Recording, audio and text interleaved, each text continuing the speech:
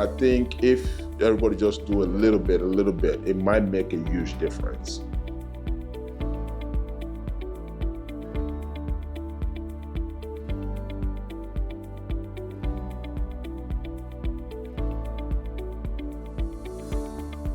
If you go to Nigeria today, 90% of the kids you're going to interview are going to tell you they want to come to America.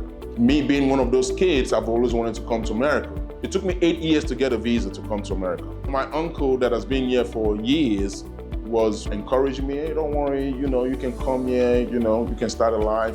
I lived with him in Indianapolis for about 2 years until I met my wife, and my wife lived here in Anderson.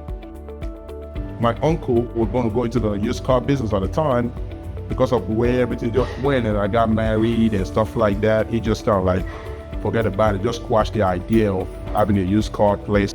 And then when COVID happened, I told him, like, why don't you go look around? So I was actually thinking of Indianapolis, go look for a place in Indianapolis and start a shop. And she told me about this place. She's like, there's someone calling that's been sitting there. I remember taking my car there many years ago. There were bushes all over around there. It was bad.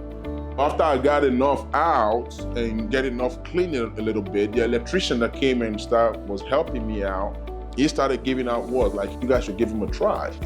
At night, about 10 o'clock, when everybody is gone, everywhere's quiet, I'll bring the car in and I'll walk on the car till like 2 a.m. And people were just bringing it like that. And that was what actually saved me. She makes the clothes herself.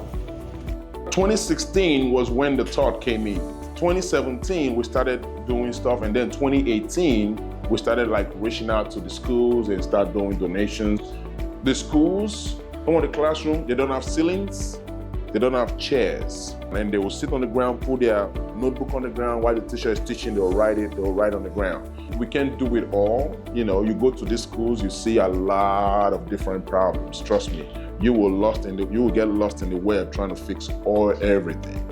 When I started it and people were talking about, I said, no, give me the school supplies because money can go other places. Where we then start thinking about money was when I went to that school and they didn't have water. So during lunchtime, the kids will go across the other side of town to go get water. And there was one time they said a kid was crossing over because there was a major highway, and because of water, that kid lost his life because a car hit the kid. And 2019 was when we did the water project, and it cost like $3,000 or so to put water in an entire school. This kid says she wants to be a doctor, and she is in crutches. She only has one leg.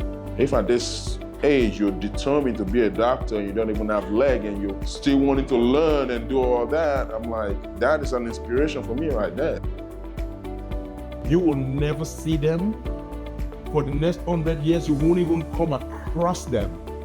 But you're doing something. That little gesture that you're doing, you're gonna see how it's gonna boost the confidence in some kids. Just because I know how it was for me.